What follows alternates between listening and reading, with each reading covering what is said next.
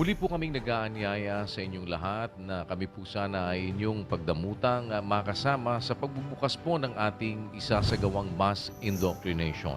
Ito po ay pag-aaral ng mga doktrina ng ating Panginoong Hesukristo. Loloobin ng Panginoon, ito po ay ating muling pasisimulan sa October 31, 2022. Araw ng Lunes sa ganap na ikapito ng gabi. Umaasa po kami na sa tulong at sa awa ng Panginoon, kayo po ay aming makakasama sa pakikinig ng mga aral ng ating Panginoong Hesukristo na atin pong binabasa sa mga banal na kasulatan. Samahan nawa tayo ng Panginoon at loobin nawa ng Diyos na tayo po ay magkita-kita sa Kanyang kalooban sa pagbubukas ng atin pong mass indoctrination. Magandang araw po sa inyong lahat.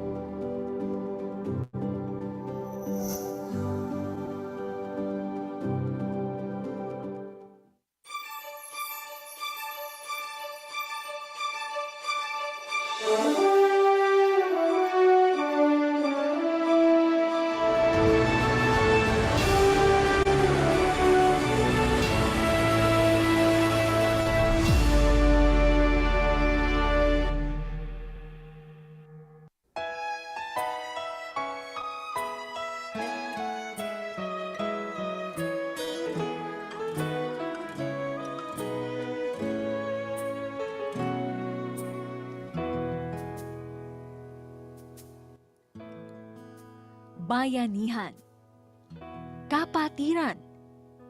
Ito ang pinagsisikapang maitaguyod ng Members Church of God International o MCGI, isang gawain ng paglilingkod sa kapwa na ang dulo ay ang maipakilala ang katwiran ng Diyos, maipadama sa kanila ang kanyang kabutihan at makasunod sa utos ng Diyos sa kasulatan.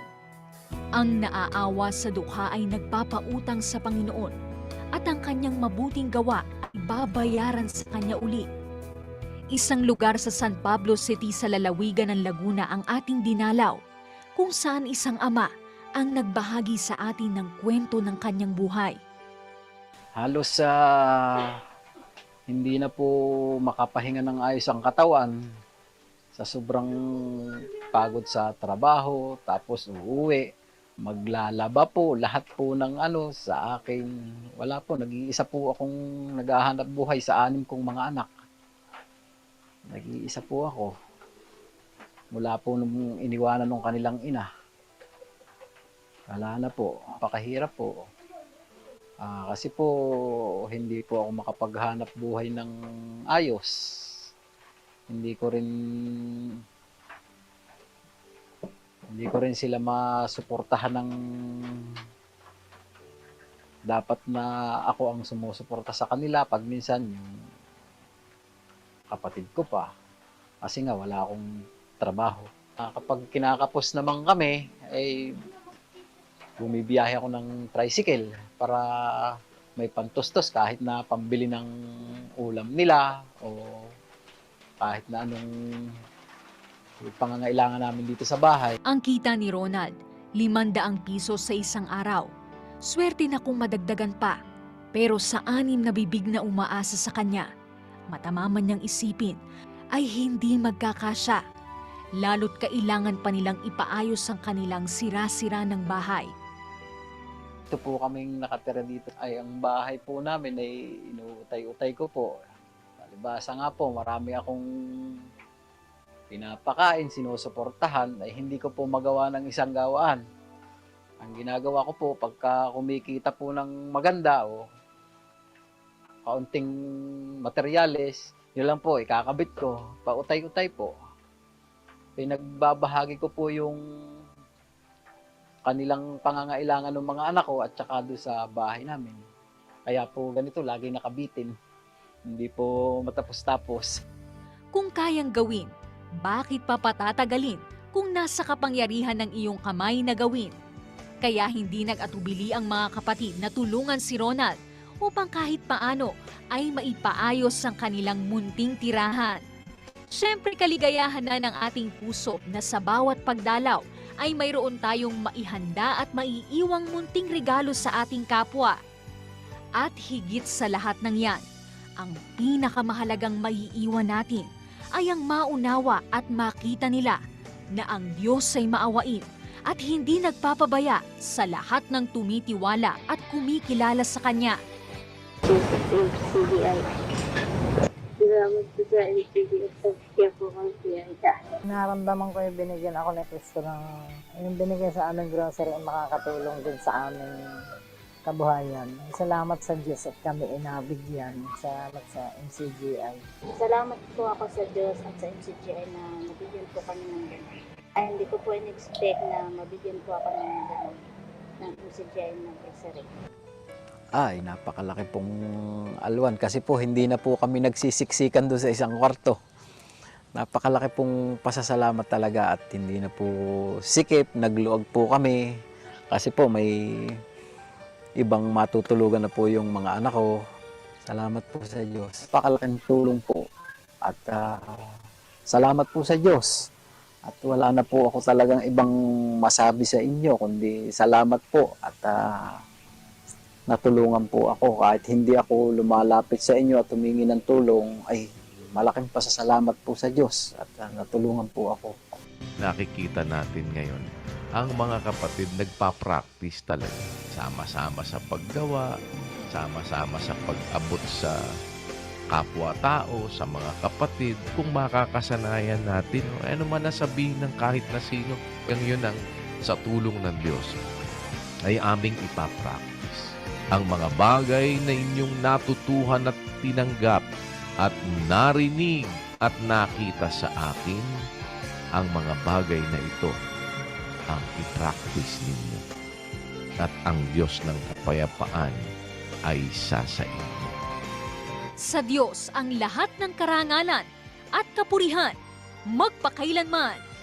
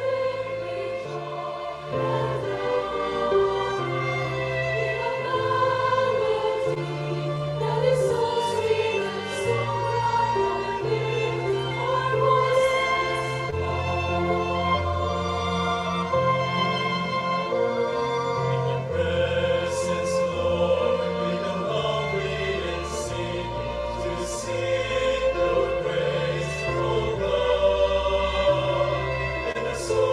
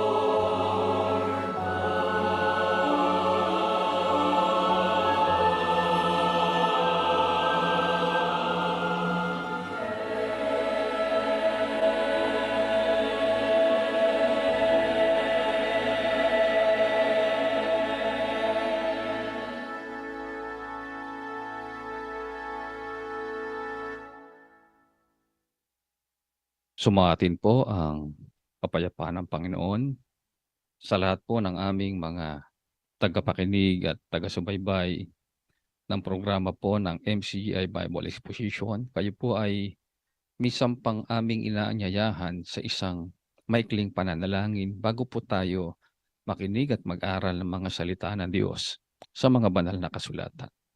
Tayo po'y sama-samang manalangin.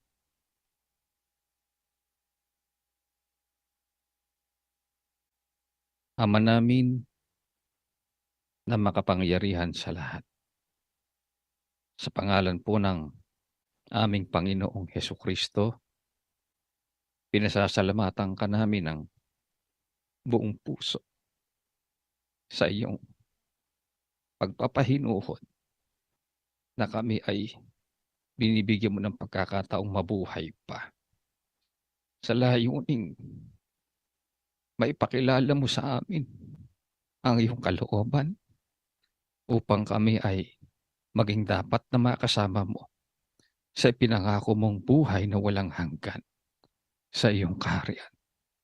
Sana maawa ka sa amin, kalitan, na kung may nakikita kang mga pagkakamali sa aming mga paggawa, ituwid mo kami. Patawarin mo kami sa aming mga kasalanan. Ngayon nagpatawad na kami sa mga nagkasala po sa amin.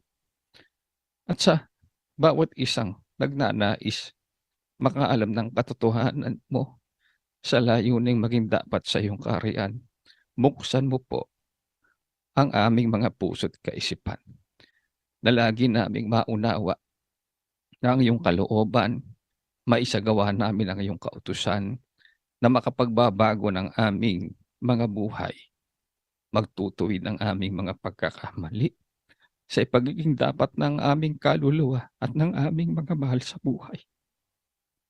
Sana tulungan mo ang aming mga sambayan na magkasama-sama pa rin kami.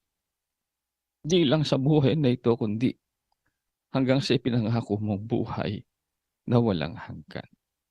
Sa pag-aaral na ito, sa'yo namin ihahabilin ang aming mga pakikinig, ang aming mga paggawa.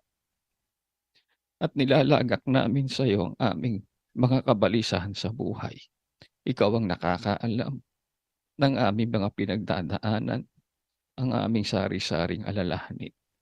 Subalit nagtitiwala kami sa patang awa mo upang kami ay mapanatag at maingatan ang aming mga sambahayan, ang aming mga kaluluwa, katawan at espiritu.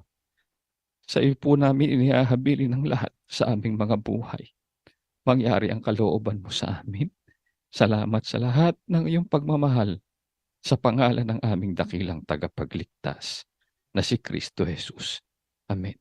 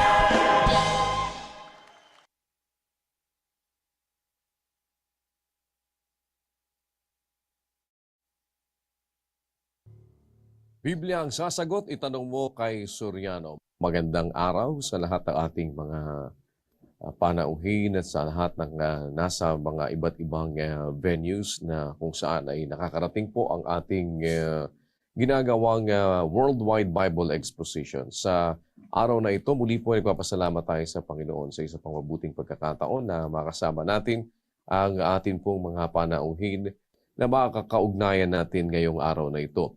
At tayo po ay na-monitor sa lahat ng bahagi ng Pilipinas sa pamamagitan ng ating mga satellite providers. Kasama po ang mga nakakapanood sa atin sa ating webcast na isinasagawa. Practically, tayo po ay napapanood sa buong mundo. At sa pamamagitan po ng ating mga translators ay meron din po mga iba't ibang mga versions ng ating pong isinasagawang Worldwide Bible Exposition. Kaya ngayong araw na ito, hindi man po natin ma-accommodate ang lahat ng ating mga kapwa-tao para makapagtanong kay kapatid na Eli, subalit naniniwala po kaming sa tulong ng Panginoon, naabot natin sila at nakakapakinig sila sa atin, nakakapanood sila ng atin pong mga ginagawang talakayan tungkol sa pananampalataya at mga kasagutan sa inyong mga katanungang pang-espiritual na binibigyang tugon sa pamamagitan ng mga talata ng kasulatan. At para hindi po tayo magluwat, muli po ay amin pong inihahatid sa inyo at ipinagkakaloob ang host ng palatuntunang Ang Dating Daan, si kapatid na Eli Soriano. Kapatid na Eli, magandang araw po sa inyo. Magandang araw sa ating mga kababayan at sa lahat po ng nakikinig ngayon. Everybody that are following us in the web and through our satellite broadcast. It is our pleasure to serve the interest of everyone by answering your queries directly from the Word of God in the Bible. Samahan nawa tayo ng Panginoon, mga kapatid, mga kababayan, sa ating pagtuklas ng mga bagay ng katotohanan na hindi kinatha, hindi imbento na gaya ng ginagawa ng ibang mga relihiyon na nagtuturo ng mga aral na imbento. Hindi talaga itinuro ng Diyos at itinuro ng mga apostol. Ang Apostol Pedro ang may sabi doon sa ikalawang Pedro 1:16 ng ganito. Sapagkat kami ay hindi nagsisunod sa mga kathang ginawang mainam noong aming ipinakilala sa inyo ang kapangyarihan at pagparito ng ating Panginoong Hesukristo, kundi kami ay naging mga saksing nakakita ng Kanyang karangalan. Ayun, yung salita niyang, kami ay hindi nagsisunod sa mga kathang ginawang mainam. They are not followers of inventions, of myths. They are not followers of fables. In English it says, for we have not followed cunningly devised fables. Mga katha-katha. Sa relihiyon po kasi sa ating panahon, marami na pong mga nakatha na aral na hindi naman po galing sa mga apostol. Huwag kayong magagalit mga kababayan. Ito po ay nangyayari sa katotohanan na isa sa mga pinaniniwalaan ng Pilipino na aral na yun daw batang maliit pagka hindi nabautismuhan, mapupunta sa limbo. Isang katha. Yun ang nasa Biblia na hindi naman ang bata kailangang mapunta sa limbo. Kahit hindi binyagan ang bata, ang bata ay talagang sa Diyos. Wala namang kasalanan niyang bata. Wala namang minanang kasalanan ng bata, kagaya ng sinasabi ng mga nagsasabing may limbo raw, na ang bata raw ay may minanang kasalanan. Di po totoo yun. Basahin natin ng Ezekiel 18, versikulo 20. Ang kaluluwa na nagkakasala, mamamatay. Ang anak ay hindi magdadanas ng kasamaan ng ama o magdadanas man ang ama ng kasamaan ng anak. Ang katwiran ng matuwid ay sa kanya at ang kasamaan ng masama ay isa sa kanya. Napakaliwanag nitong salita ng Diyos na ito. The soul that sinneth, it shall die. The Son shall not bear the iniquity of the Father, neither shall the Father bear the iniquity of the Son. The righteousness of the righteous shall be upon him, and the wickedness of the wicked shall be upon him. In Portuguese it says, ao magkipekare sa muhira, o filho não levará a iniquidade do pai, nem o pai levará a iniquidade do filho. A justiça do justo ficará sobre ele, e a impiedade do ímpio cairá sobre ele. In Spanish it says, El alma que peque, esa morirá. El hijo no cargará con la iniquidad del padre, ni el padre cargará con la iniquidad del hijo. La justicia del justo será sobre él, y la maldad del impío será sobre él. in Kapampangan it says, in kaladwa mi kakasala iti Matea, in anak ka lalaki ene dala ning dewa ka na ning igpa, ning igpa na dala ning dewa ka na ning anak ka lalaki, in katulira na ning matulid mi bili kaya, ating dewa ka na ning marawak mi bili kaya. In Cebuano it says, ang kalag nga makasala kini mamatay. Ang anak dili magapasan sa kasalanan sa amahan, ni ang amahan magapasan sa kasalanan sa anak. Ang pagkamatarong sa matarong anha kaniya, ug ang pagkadautan sa dautan anha kaniya. Kita nyo?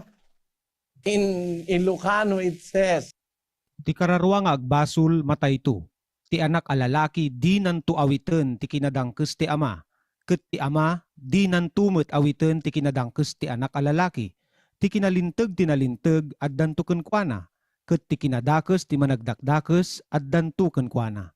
in Pangasinense it says, Say kamarurwa aman kasalanan umpatay na ani.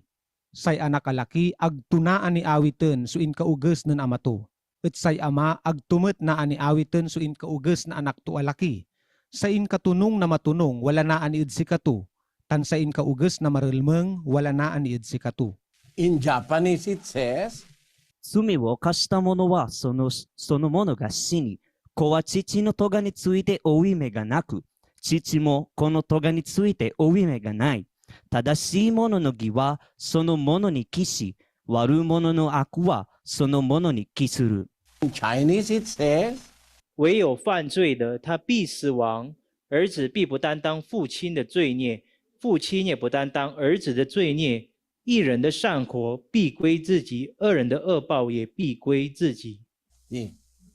kahit mo po sa ang Biblia basahin, ang bata hindi naman minamana kasalanan Ang anak hindi magdadanas ng kasamaan ng kanyang ama, o ang ama man ay magdadanas ng kasamaan ng kanyang anak. Ang katwiran ng matwid sa kanya, kasamaan ng masama sa kanya. Kaya yung doktrina ng limbo, imbento po yan. Yan po ang dahil niyan. Yan din ang dahil kung bakit sinabi ni San Pedro doon sa ikalawang Pedro 1 na hindi kami nagsisunod sa mga kathang ginawang mainam. Merong mga kathana, ang pagkakatabas at pagkakagawa parang akala mo totoo.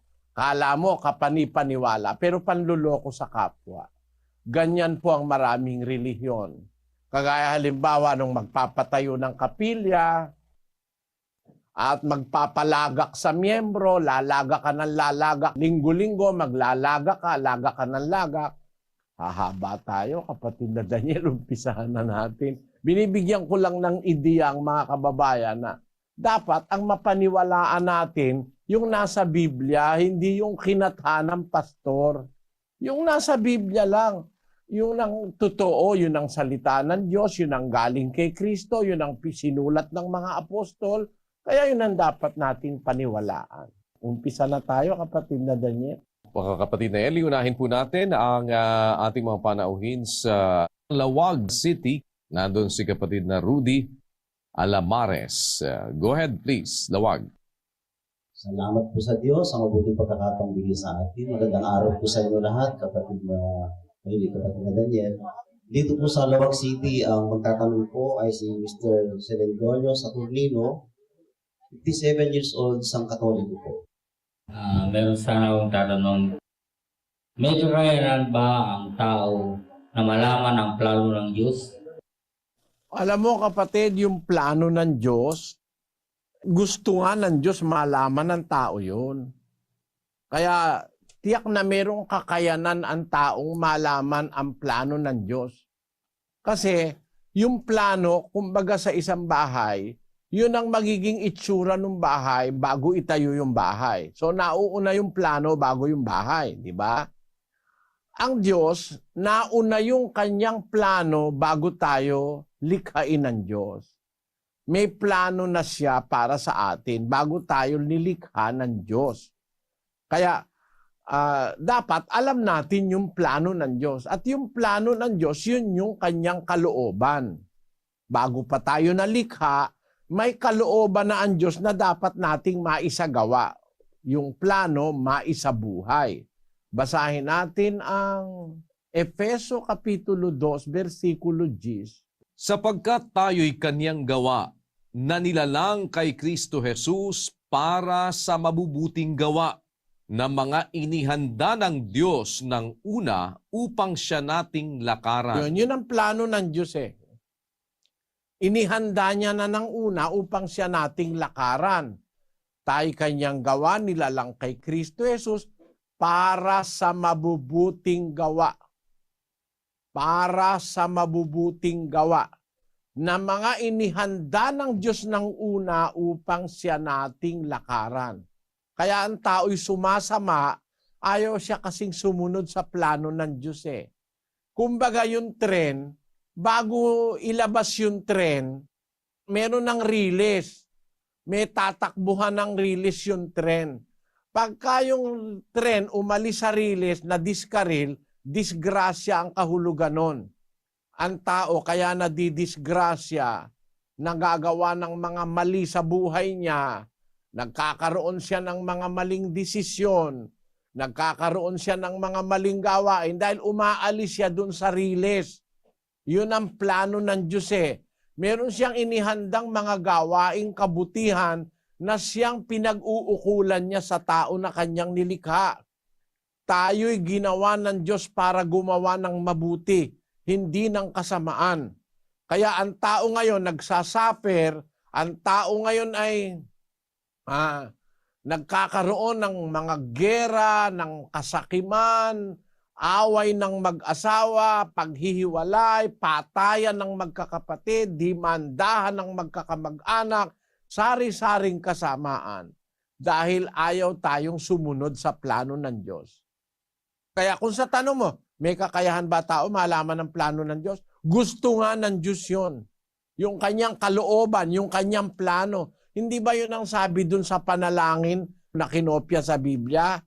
Our Father, which art in heaven, hallowed be thy name. Thy kingdom come, thy will be done in earth as it is in heaven. Ayon, sundin ang kalooban mo kung paano sa langit, gayon din sa lupa. Ibig sabihin nun, sundin ang plano mo, yung kalooban ng Diyos. At yon ay gusto ng Diyos malaman nga natin. Pinapaalam sa atin yon. 5:17 ng Efeso, ganito nakasulat. Kaya huwag kayong maging mga mangmang, kundi unawain ninyo kung ano ang kalooban ng Panginoon. Ayun, yung kanyang kalooban, His will. Huwag kayong mangmang, unawain ninyo. Pasasabihin ba ng Biblia na unawain mo kung hindi mo nga mauunawaan? Madali namang maunawaan ang kalooban ng Diyos sa tao. Alin yon? Tayo ginawa para gumawa ng mabuti. Alin yung mabuti? Basahin natin yung 7:12 ng Roma.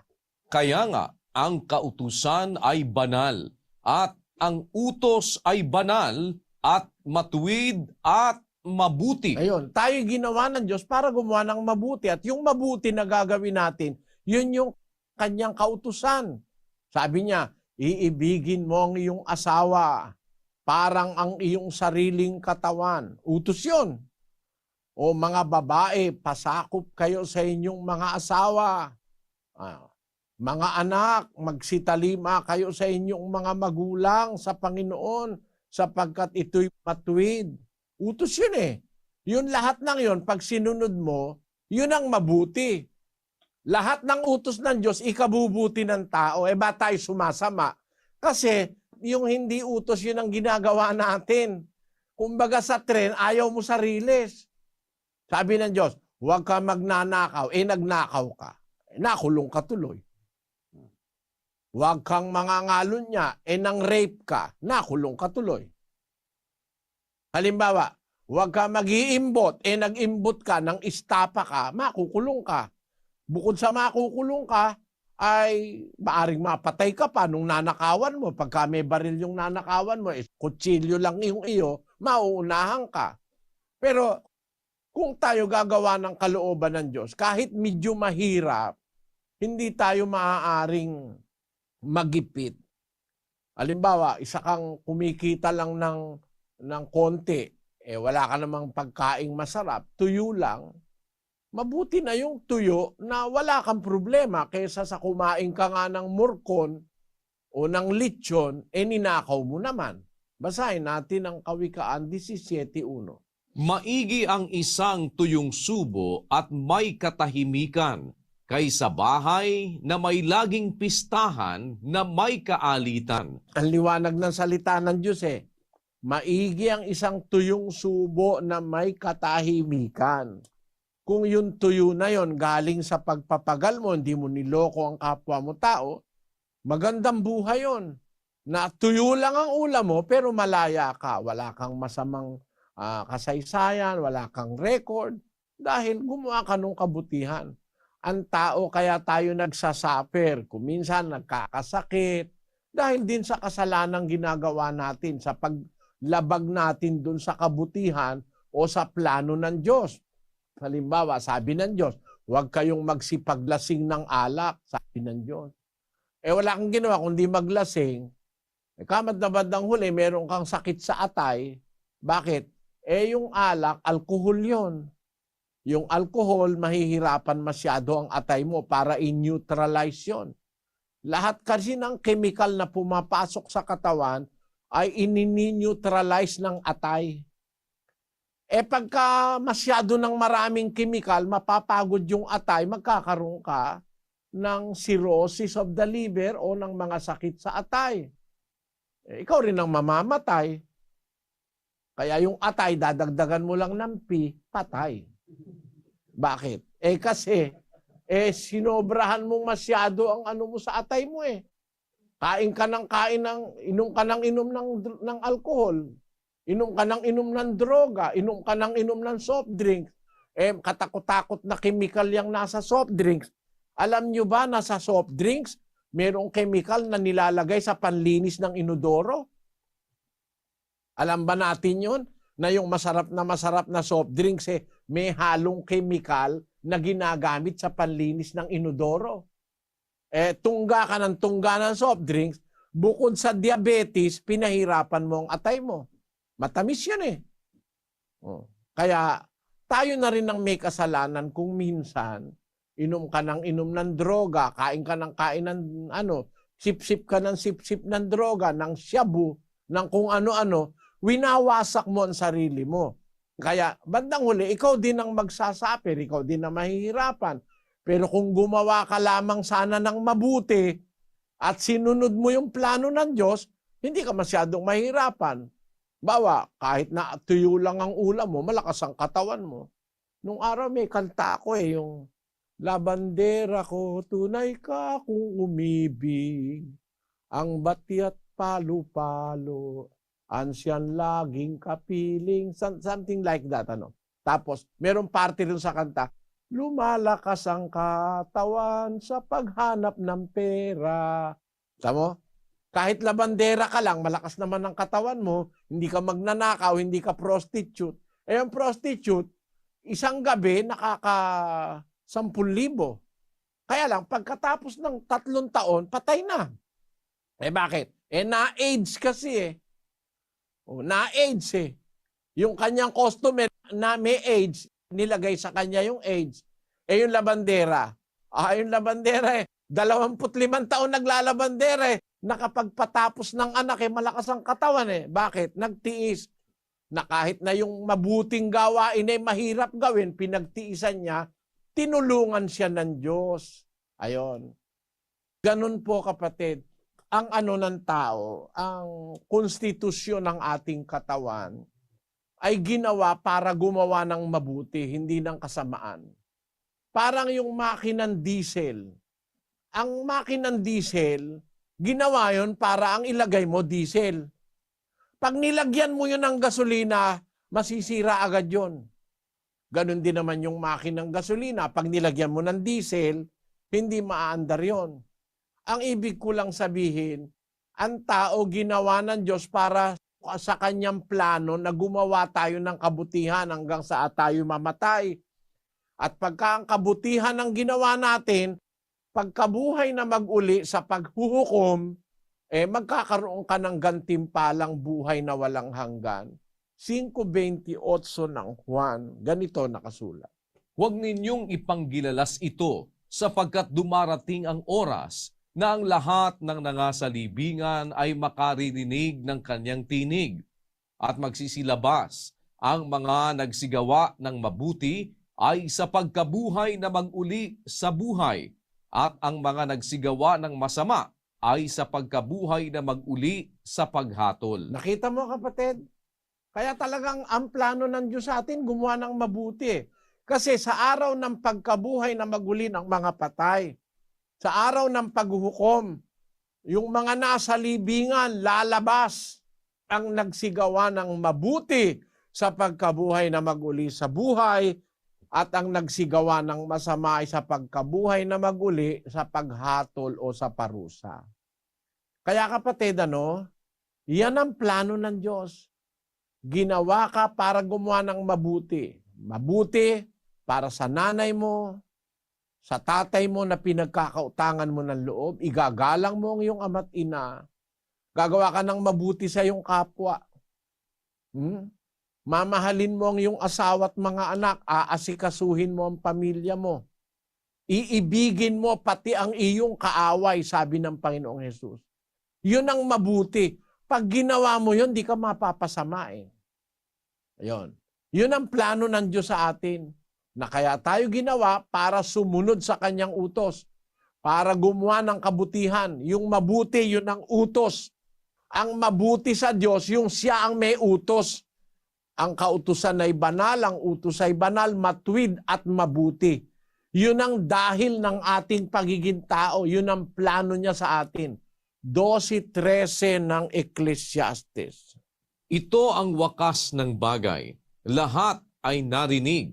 Ikaw ay matakot sa Diyos at sundin mo ang kanyang mga utos sapagkat ito ang buong katungkulan ng tao. Sapagkat dadalhin ng Diyos ang bawat gawa sa kahatulan, pati ng bawat kubling bagay, maging ito'y mabuti o maging ito'y masama. Kaliwanag nyon. Ito ang wakas ng bagay. Lahat ay narinig. Matakot ka sa Diyos. Sundin mo ang kanyang mga utos. Yun ang mabuti, yung utos niya Sundin mo yon sapagkat ito ang buong katungkulan ng tao. Yun ang ating reason of our existence. Yun ang plano ng Diyos para sa atin. Sana naunawaan mo kapatid na Celedonio. Thank you. Thank you. Okay po. Sa Perth, Australia naman po tayo. Si kapatid na Edwin Paloma nandun. Go ahead, Perth, please. Magandang araw po kapatid na Daniel, kapatid na Eli. At salamat po sa Diyos sa pagkakataon ito at makabahagi po muli ang Perth, Australia. Narito po ang ating magtatanong po ngayon si Sister Purita Castro, 60 years old, Roman Catholic. Nanay po niya yung ng kapatid po dito. Brother Eli, magandang araw po. Lagi po kaming dumadalo sa mga gawain at nakikinig sa pangaral niyo po. Pero di po kami kaanib. Masasama po ba kami sa maliligtas? Brother Eli? Alam mo, kapatid na Purita, hindi ko alam hatulan kung maliligtas ka o hindi kasi hindi ko nakikita yung puso nyo. Pero ang nalalaman ko yung nasa Biblia na ayoko kayong hatulan dahil hindi ko nga alam kung ano nasa isip nyo. Bakit ayaw kayong umanib, no? Kung ang hindi nyo pag-anib ay talagang dahil ayaw nyong umanib, hindi ka maliligtas, kapatid. Kung talagang ayaw mo lang umanib. Bakit? Kasi utos ng Diyos yung pag-anib. Isa yun sa utos na dapat na sundin ng tao. Sa 12:9 ng Roma, ganito nakasulat. Ang pag-ibig ay maging walang pagpapaimbabaw. Kapuotan ninyo ang masama, makisanib kayo sa mabuti. Yung pakikisanib o pakikisama, utos yun. Akala nung iba, yung mga ibang iglesia, basta sapat na lang makinig ka ng makinig. Paano yun kung hindi ka sasama sa pagtupad? Lalabas mababaliwala. Kung nakikinig ka nung salita, paano mo tutuparin kung hindi ka aanib? Isa yung pag-anib, isa yun sa mga aral ng Diyos. Ayaw mo, kapatid. Kung talagang ayaw mo, hindi ko sinasabi na ayaw mo. Kaya nga ayaw ko sayong humatol kasi hindi ko alam kung talagang ayaw mo lang. Kasi pagka talagang ayaw mo lang, ang kahulugan nun, itinatakwil mo si Kristo. Pag ayaw mong tanggapin yung kanyang salita. Basahin natin ang Juan 12:48. Ang nagtatakwil sa akin at hindi tumatanggap sa aking mga pananalita ay mayroong isang hahatol sa kanya. Ang salitang aking sinalita ay siyang sa kanya'y hahatol sa huling araw. Ayon. Ang sabi ng Panginoong Hesus, ang nagtatakwil sa akin. Paano ba yung pagtatakwil sa kanya? Hindi tumatanggap sa aking mga pananalita. Kaya pagka hindi natin tinatanggap yung pananalita, yung aral, yung turo ng Panginoon Kristo, it is tantamount to rejecting Him. Pagtatakwil sa Kanya yon. At pagka itinakwil natin ang Panginoong Hesus sa pamamagitan ng pagtatakwil natin sa Kanyang aral, hindi po tayo maliligtas doon, kapatid. Kung talagang ayaw nyo lang dahil ayaw nyo tanggapin yung aral ni Kristo, mahirap ka pong maligtas doon. Kasi ang magtatakwil sa aral ay hindi po maliligtas yon. Umpisa natin sa 28. Ang magpawalang halaga sa kautusan ni Moises sa patutuo ng 2 o 3 saksi ay mamamatay na walang awa. Gaano kayang higpit ng parusa sa akala ninyo ang ihahatol na nauukol doon sa yumurak sa anak ng Diyos at umaring di banal sa dugo ng tipan na nagpabanal sa Kanya at umalipusta sa espiritu ng biyaya. Ayun. Ang sabi sa Biblia, yung nung araw sa panahon ni Moises, yung hindi susunod sa utos ni Moises, sa harapan ng 2 o 3 saksi, papatayin nyo ng walang awa, babatuhin nyo hanggang sa mamatay. Gaano kaya ang higpit ng parusa sa akala ninyo, ang wika ni Pablo? Ang ihahatol doon sa yumuyurak sa anak ng Diyos. Yung nagtatakwil sa anak ng Diyos. Pag itinakwil kasi natin ang Panginoon Kristo, ay tinatakwil natin ang Diyos. Paano tayo maliligtas? Basahin natin ang 16 ng Lucas. Ang nakikinig sa inyo ay sa akin nakikinig, at ang nagtatakwil sa inyo ay ako ang itinatakwil, at ang nagtatakwil sa akin ay itinatakwil ang sa akin nagsugo. Ang nagsugo kay Kristo ang amang Diyos ng langit. Pag itinakwil natin siya dahil ayaw natin tanggapin yung kanyang salita, ang itinatakwil natin ay ang Diyos na mismo. Paano ka kaya maliligtas, kapatid, kung parang tinatakwil mo ang Diyos dahil ayaw mong tanggapin yung kanyang salita? Pero ayaw kitang hatulan sa dahilang hindi ko naman alam kung itinatakwil mo talaga yung salita, kung ayaw mo talaga. No?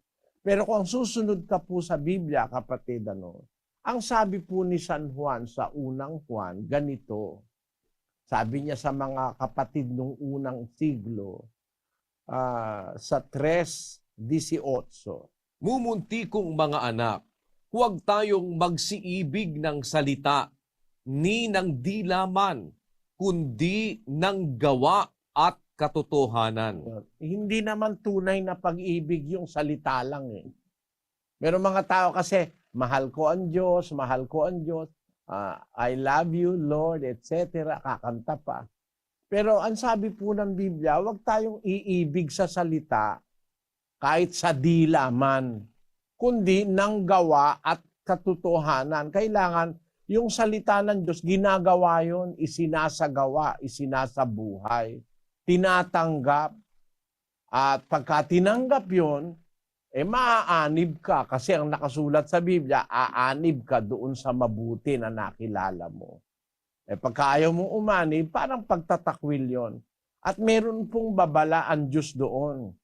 Sa 1:24 ng Kawikaan, ganito nakasulat.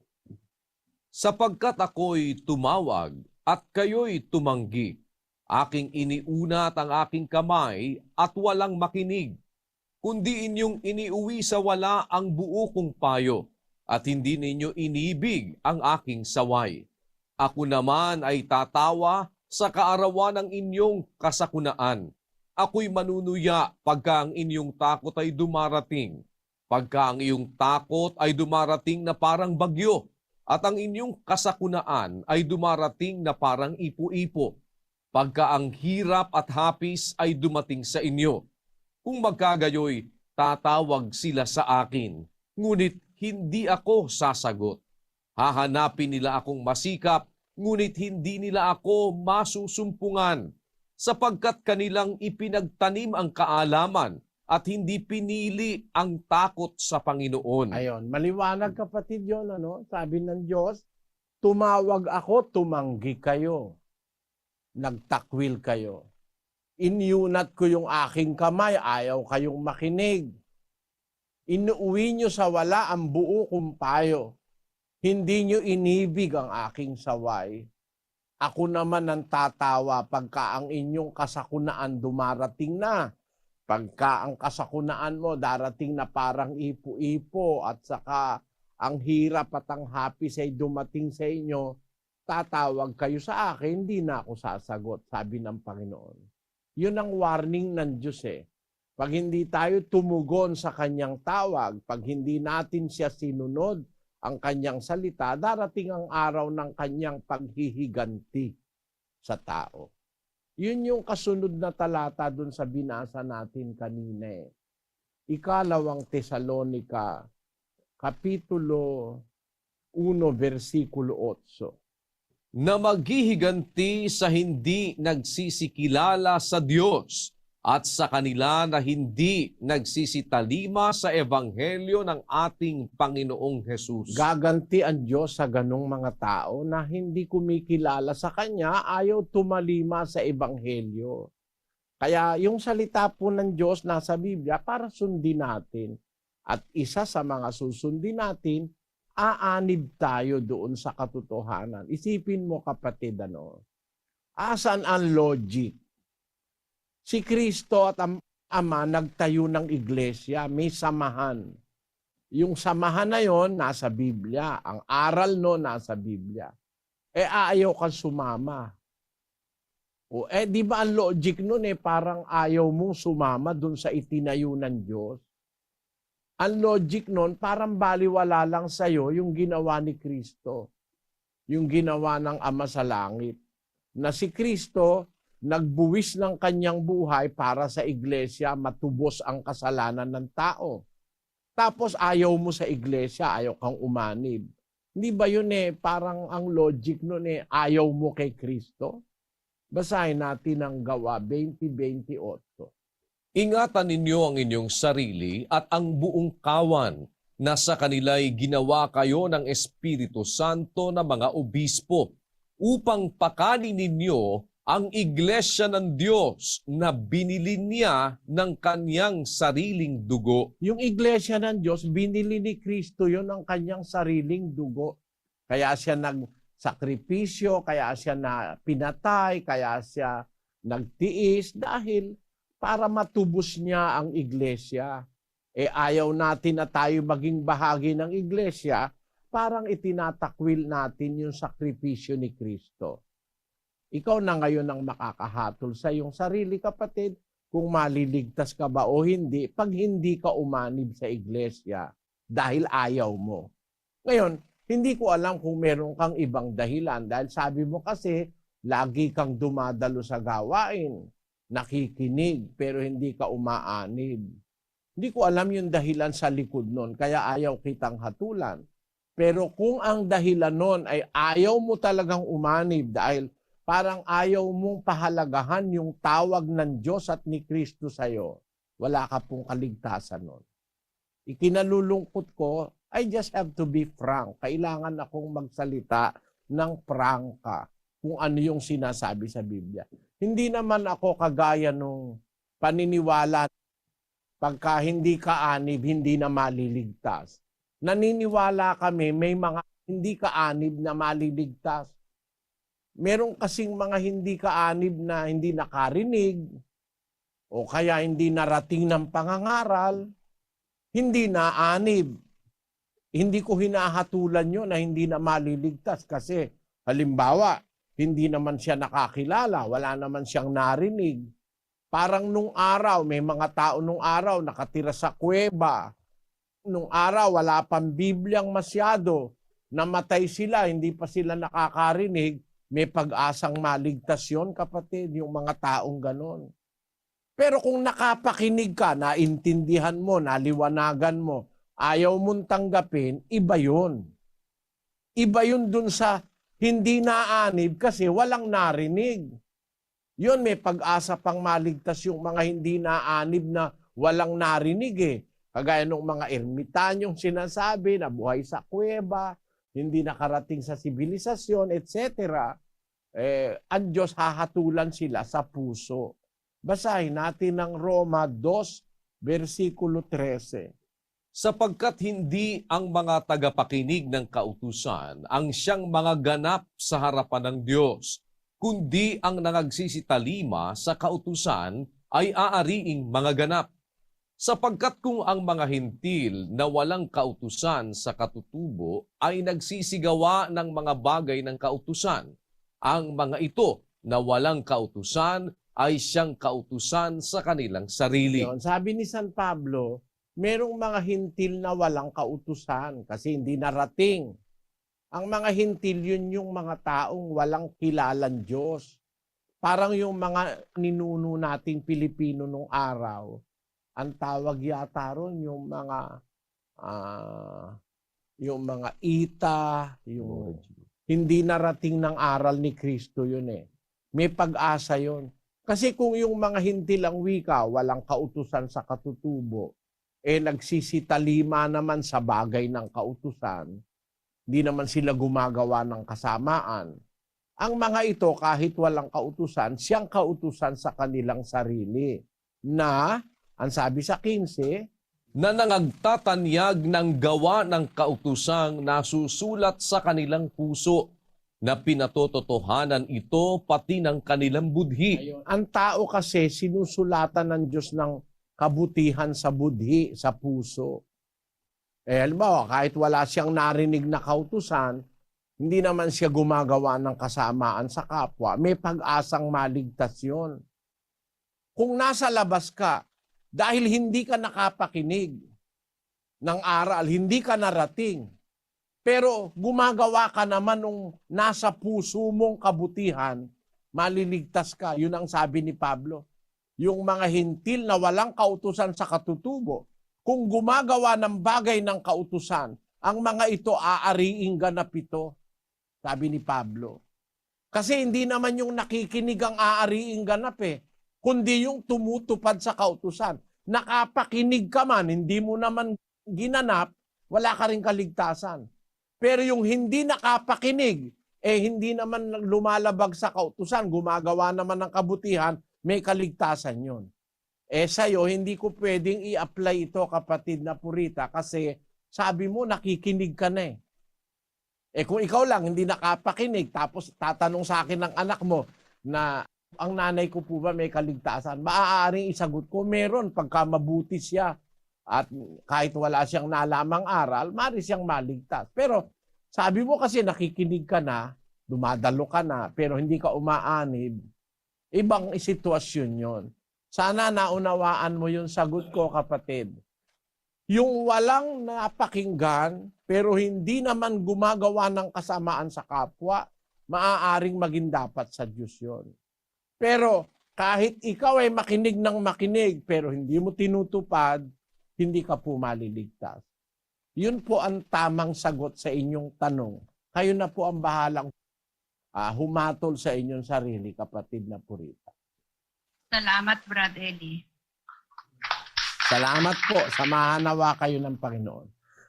Lipat naman po tayo sa lugar ng Naga City, Camarines Sur. Nandun si kapatid na Danny Navales, kasama ating mga panauhin. Go ahead, Naga, please. Salamat po sa Diyos, kapatid na Daniel. Magandang araw po, kapatid na Eli. Mula po dito sa Naga City, Camarines Sur. Ang magtatanong po ay isang kaibigan natin, si kapatid na Paolo Binosa, isang Katoliko, 28 years old, ng Kamaligan, Camarines Sur. Ito po siya, kapatid na Eli at kapatid na Daniel.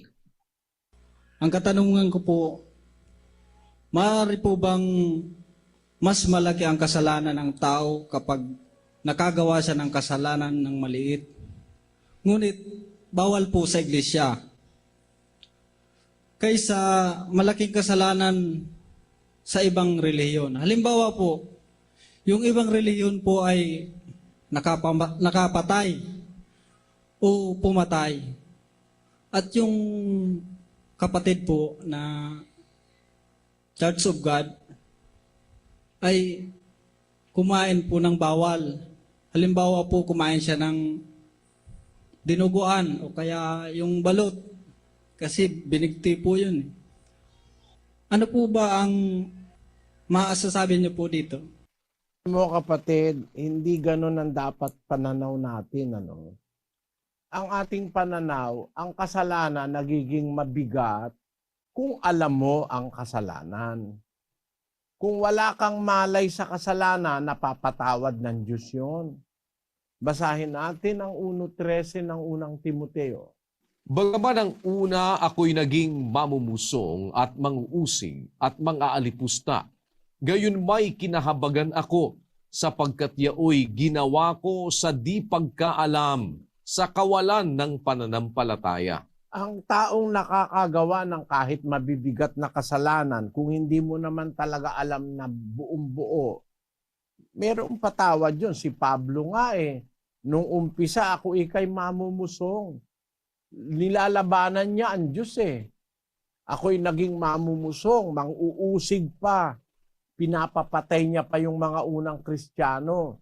At naging mang-aalipusta pa ako. Pero kinahabagan ako ng Diyos kasi ginawa ko sa di pagkaalam sa kawalan ng pananampalataya.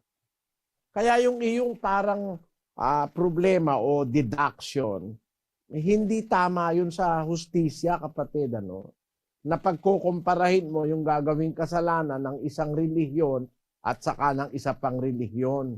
O halimbawa, yung mga kaanib dito sa atin, kukumpara mo doon sa ginagawa ng ibang relihiyon. Ang pinakapunto na dapat maintindihan, ang nagpapabigat sa kasalanan, yung kaalaman mo. Kasi kung wala kang kaalaman, nagawa mo mali, kahit mali na yung ginawa mo, kung yun hindi mo naman alam, di mo naman sinasadya, napilitan ka, o kaya itinulak kang magkasala, may patawad yun. Pero kung alam mo na, nakita mo na ang aral, napatunayan mo na aral, ayaw mong tanggapin, nilabag mo pa, ang sabi ng Hebreo 6:4-6 ganito, sapagkat tungkol sa mga minsang naliwanagan at nakalasap ng kaloob ng kalangitan at mga nakabahagi ng Espiritu Santo at nakalasap ng mabuting salita ng Diyos at ng mga kapangyarihan ng panahong darating at saka nahiwalay sa Diyos ay di maaaring baguhin silang muli sa pagsisisi. Yamang kanilang ipinapakong muli sa ganang kanilang sarili ang anak ng Diyos at inilalagay na muli siya sa hayag na kahihiyan. Ayun. Yun ikang minsang naliwanagan. Nakalasap na ng kaloob ng kalangitan. Nakabahagi na ng Espiritu Santo. Nakalasap na ng mabuting salita ng Diyos. Nakaalam na ng kapangyarihan ng panahong darating.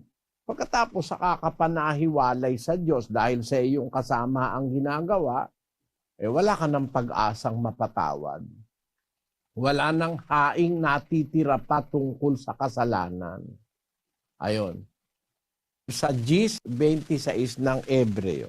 Sapagkat kung ating sinasadya ang pagkakasala, pagkatapos na ating matanggap ang pagkakilala sa katotohanan, ay wala nang haing natitira pa tungkol sa mga kasalanan, kundi isang kakilakilabot na paghihintay sa paghuhukom at isang kabangisan ng apoy na lalamon sa mga kaaway. Kung sinasadya natin ang pagkakasala, pagkatapos na ating matanggap ang pagkakilala sa katotohanan ng sabi ni San Pablo, wala nang haing natitira pa tungkol sa kasalanan. Kaya yung analysis mo kapatid, mali yun. Yung isa wala sa relihiyong totoo, yung isa nasa relihiyong totoo. Ang dapat na analysis, ang nasa relihiyong totoo, narinig mo na yung aral, naliwanagan mo, pagka yun sinadya mo, tinakwil mo, wala ka ng kaligtasan doon. Pero kung nasa mali ka namang relihiyon, kahit gaano pa kabigat ang iyong ginawang kasalanan, pag dumating yung panahon na ikaw ay napunta sa tama, nakakilala ka ng aral, nagbalik loob ka, napapatawad ng Diyos yon. Gaya ni Pablo. Kasi nung gawin niya yung mga maling ginawa niya, nasa relihiyon siyang mali eh. Nasa relihiyon siya ng mga Hudyo. Basahin natin yung Galacia 1:13. Sapagkat inyong nabalitaan ang aking pamumuhay ng nakaraang panahon sa relihiyon ng mga Hudyo, kung paanong aking inusig na malabis at nilipol ang iglesia ng Diyos. At ako'y nangunguna sa relihiyon ng mga Hudyo ng higit kaysa marami sa aking mga kasinggulang, sa aking mga kababayan. Palibhasa'y totoong masikap ako sa mga salit-saling sabi ng aking mga magulang. Napakatibay ni Pablo sa relihiyon ng mga Hudyo. Masikap ako sa mga salit-saling sabi. Kaya nangunguna ako sa relihiyon ng mga Hudyo. Higit pa sa aking mga kasinggulang, mga yung kanyang kakontemporaryo. Napakatindi ang kanyang seriousness sa relihiyon ng mga Hudyo. Kaya humangga siya, umabot siya dun sa pagpapapatay sa mga Kristiyano na kung alam niya yung relihiyon niya ay totoo, bagaman yun ay mali, pinapatay niya yung mga Kristiyano, yung sumasampalataya kay Kristo, pinapapatay niya. Inuusig ko ikang malabis at nililipol ang iglesia ng Diyos. Pero napatawad siya ng Diyos dahil wala pa siya sa katotohanan noon. Kaya hindi pwedeng pagkumparahin yung kasalanang nasa isang relihiyong mali doon sa kasalanang ginagawa sa loob ng relihiyong totoo. Walang comparison doon kasi pag nasa mali ka, hindi mo alam ang katotohanan, may patawad lahat ng kasalanan mong magagawa pagka ikaw ay nagsisi at nagbalik loob sa Diyos. Pero pag nasa relihiyong kang totoo at alam mo yung totoo, tapos sinasadya mo, ay walang patawad yun. Yun ang sagot sa tanong mo, kapatid. Salamat, Brother Eli. Salamat. Sana naunawaan mo. Okay po. Lipat naman po tayo sa lugar ng Dubai. Nandun si kapatid na Andy Perlada. Dubai, come in please. Ako po ay isang Roman Catholic. Ang trabaho ko po ay isang trailer driver. Lumalabas po ng UAE, lingguhan po makabalik po dito sa UAE. Ang asawa ko po, kaanib na po dito. Ako po ngayon ay under doctrination na. Ang tanong ko po, kung ako ay maging kaanib na dito, kung isang bisis lang ako makadalo sa lokal na pagtitipon, ano po ang magiging kalagayan ko? Bakit isang beses lang, kapatid? May anong dahilan at magiging isang beses lang? Kasi po, ang biyahe ko po kasi, wala po kasing sa araw, brother. Minsan, makarating ako rito ng sa UAE na walang oras sa pagtitipon ng lokal. Ngayon, simpuhan na po ang pagbalik ko rito para po ako makadalo sa lokal na pagtitipon. Gaya po ngayon, naka-attend po ko rito dahil gahapon po, wala po kaming kargada sa aming biyahe. Hindi naman problema yon, kapatid na Paulino. Kasi, halimbawa, makakadalo ka ng isang beses. Yung oras na hindi ka makakadalo, lahat ng aral na napapakinggan sa mga regular na pagkakatipon, yan naman ay nakatape. Doon sa oras na dadating ka, kahit walang pagkakatipon, pwede ka namang pumunta sa lokal para pakinggan mo yung aral. Para, kumbaga kasi yung aral ng Diyos, parang pandilig yan sa kaluluwa yung aral. Para yung kaluluwa natin, yung ating spiritual side of our being, ay nourished nung aral. Parang pagkain yan para wag kang magutom. Ang tao kaya sumasama dahil sa kakulangan ng turo ng aral ng Diyos. Basahin natin sa Kawikaan 5:23. Siya'y mamamatay sa kakulangan ng turo at sa kadahilanan ng kanyang pagkaulol ay maliligaw siya. Kaya maraming taong naliligaw dahil sa kakulangan ng turo. Tayo, kaya nagkakatipon tayo, mga kapatid sa iglesia, para ang ating mga kapatid laging madiligan kumbaga sa halaman o laging mapakain kumbaga sa pagkain. Kaya nagkakatipon. 10:25 ng Hebreo. Na huwag nating pabayaan ang ating pagkakatipon na gaya ng ugali ng iba, kundi mangag-aralan sa isa't isa, at lalo na kung inyong namamalas na nalalapit na ang araw. Yun ang dahil kaya nagkakatipon. Mag-aaralan sa isa't isa, wag nating pabayaan ang wika yun.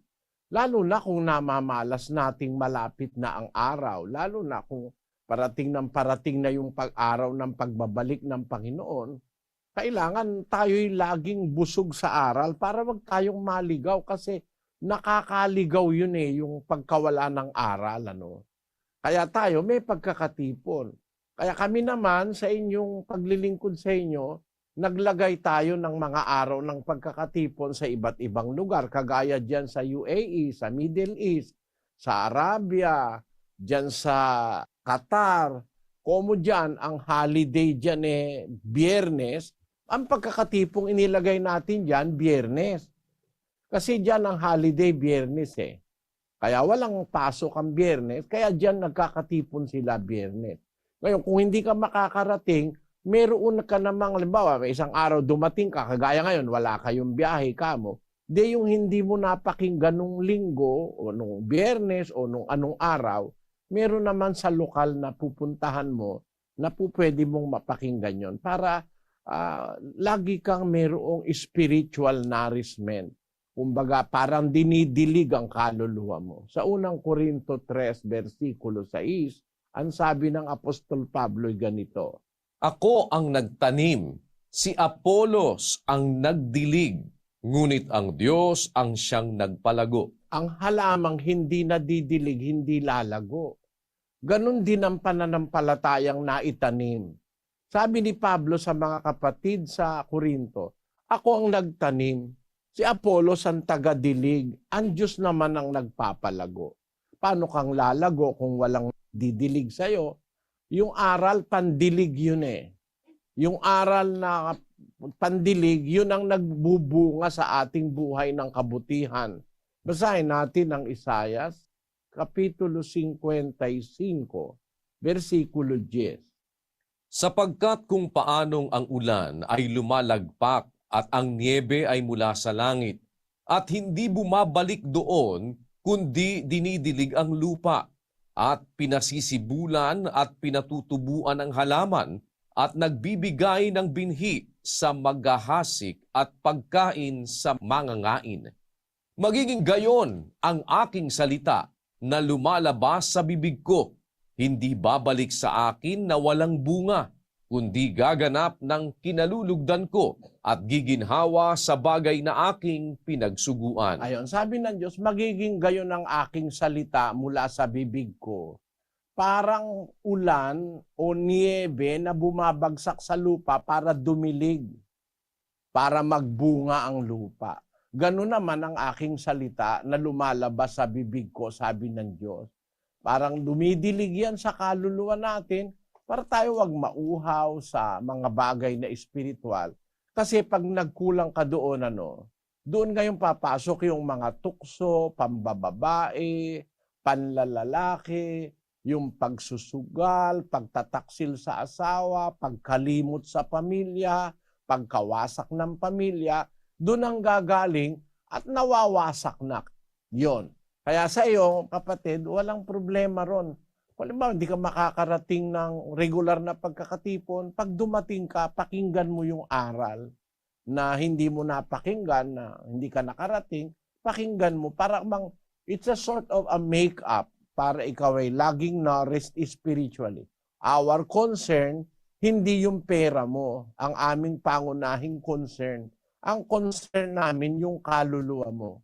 Ikalawang Korinto, Kapitulo 12, versikulo 14. Narito, ito ang ikatlo na ako'y handang pumarian sa inyo, at ako'y hindi magiging pasanin ninyo, sapagkat hindi ko hinahanap ang inyo, kundi kayo. Sabi ni Pablo sa mga Kristiyano noong una, hindi ko hinahanap ang inyo, kundi kayo. Yung ibang relihiyon ngayon kahit wag kang dumalo, pwede. Basta ipadala mo lang yung ikapu mo.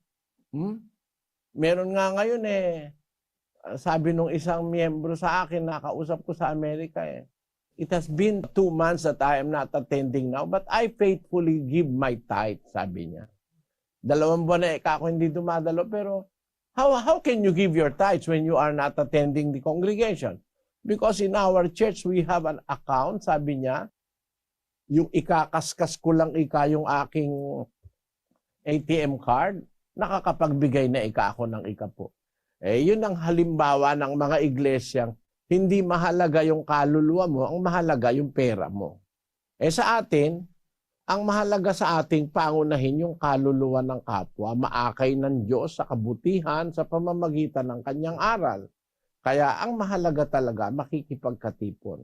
Kung wala ka talagang pagkakataon, at least yung aral na napakinggan ng iba, mapakinggan mo rin. Palagay ko hindi problema yung kapatid na Paulino. Sana naunawaan mo ang sagot ko. Sige po, salamat po. Salamat sa inyo, mga taga-Dubai. Salamat po. Yan, kay kapatid na Paulino. Tuloy niyo po sana ang inyong pakikinig at ang pakikinig ng doktrina sa atin pong lokal dyan. With that, ay muli po nagpapasalamat tayo sa lahat ng ating mga naging panauhin sa iba't ibang panig ng Pilipinas, maging sa iba't ibang panig ng mundo sa pamamagitan po ng ating mga websites at ganoon din sa pamamagitan ng ating mga satellite providers na nakamonitor sa atin. Umaasa po kaming nakinabang kayo sa mga bagay na inyong napakinggan sa tulong at awa ng Panginoon sa pamamagitan po ng ating sinasagawang Worldwide Bible Exposition. Papasalamat po kami sa Diyos sa isa pang mabuting pagkakataon na makapaglingkod sa inyo. Hanggang dito po, salamat sa inyong pagsubaybay. Magpasalamat tayo sa pamagitan ng isang panalangin. Tayo po'y sama-samang manalangin.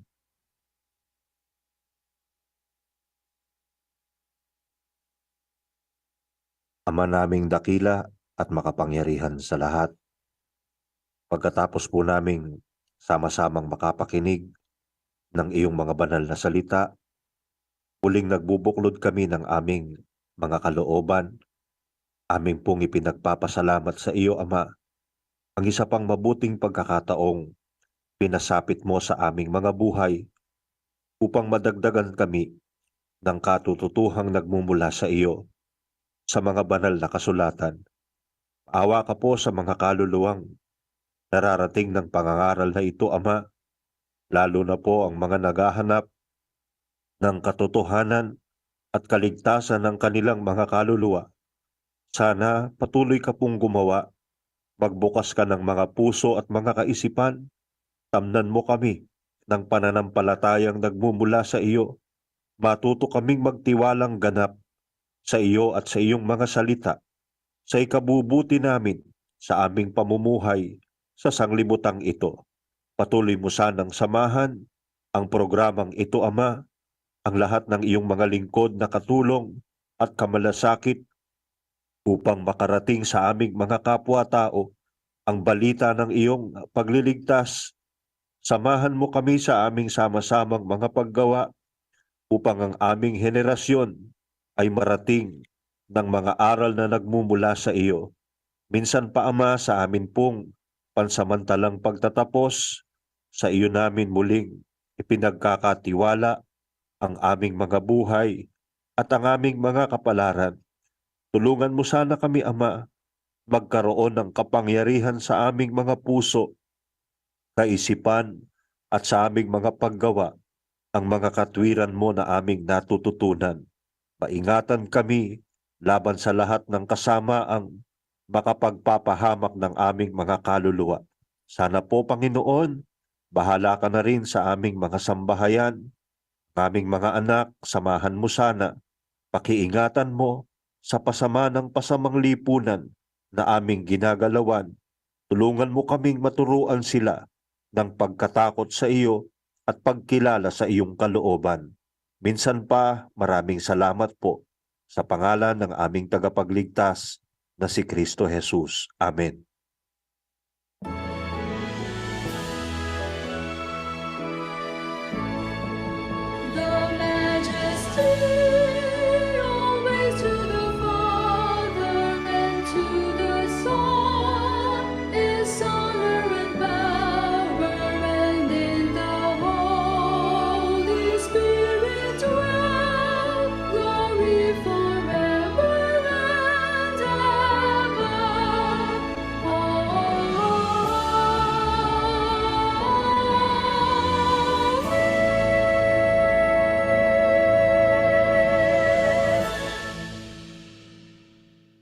Nawa ay tanggapin po natin ang basbas at ang pag-ibig ng ating Ama na nasa mga langit, ang biyaya ng pagliligtas at ang pagpapagaling ng ating Panginoong Hesukristo at ang patuloy na pakikilakip ng banal na Espiritu. Siya nawang mamalagi sa ating mga puso, lalo na sa ating mga anak, magpakailan-kailanman. Amen.